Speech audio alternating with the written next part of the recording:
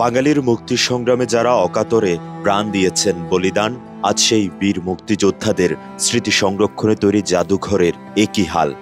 অর্ধকোটির বেশি অর্থে তৈরি চাকচিক্য ভবনের চারপাশ ভরে গেছে ঝোপঝাড়ে, ভবন তালাবদ্ধ, নেই কোনো কার্যক্রম। বাঙালির স্বাধিকার আন্দোলনের বীর সেনানীদের স্মৃতি সংরক্ষণে তৈরি এই ভবনটি রাষ্ট্র কিংবা বোদ্ধামহল সবার চোখ এড়িয়ে গেলেও বিজয়ের এই মাসে চোখ এড়ায়নি কয়েকজন শিশু শিক্ষার্থীর। তারা প্রিয় মাতৃভূমির প্রতি সামান্যতম হলেও ঋণ শোধের অনন্য কাজটি করে দেখালো। আমরা এখানে প্রত্যেকদিন বিদ্যালয়ে যাওয়ার সময় দেখি এখান দিয়ে জঙ্গল হয়ে রয়েছে এই মুক্তিযোদ্ধা জাদুঘর ভবনটির সামনে। তারপর আমরা 4-5 বন্ধু মিলে সিদ্ধান্ত নিই এই ভবনটা পরিষ্কার করব এবং সামনে শীতকাল, এই জন্য আমরা সবাই মিলে এখানে একটা খেলার মাঠও বানাবো। দেখা গেছে দৃষ্টিনন্দন পাকা ভবনটি ঘিরে থাকা ঝোপঝাড় পরিষ্কার করছে 12 থেকে 14 বছর বয়সী কয়েকজন শিশু শিক্ষার্থী।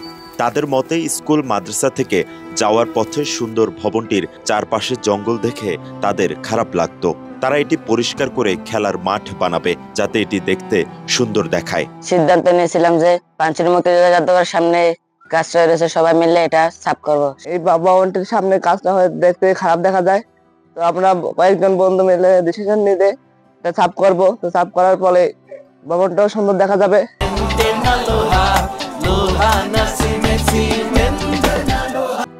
জানা গেছে 2019 সালে সরকারের মুক্তিযুদ্ধ বিষয়ক মন্ত্রণালয়ের অর্থায়নে ও স্থানীয় সরকার প্রকৌশল অধিদপ্তরের তত্ত্বাবধানে 55,16,163 টাকা ব্যয়ে নির্মিত এই মুক্তিযোদ্ধা জাদুঘরটি নির্মাণ কাজ শেষ হলেও এটির কার্যক্রম চালু করেনি সরকার।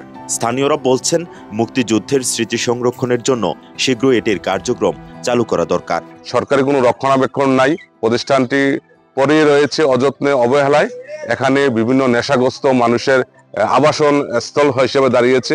মুক্তিযোদ্ধার স্মৃতিকে যেন এই পাঞ্চুরিবাসী আগলে রাখতে পারে, সেজন্য সরকারের প্রতি আমি অনুরোধ জানাচ্ছি।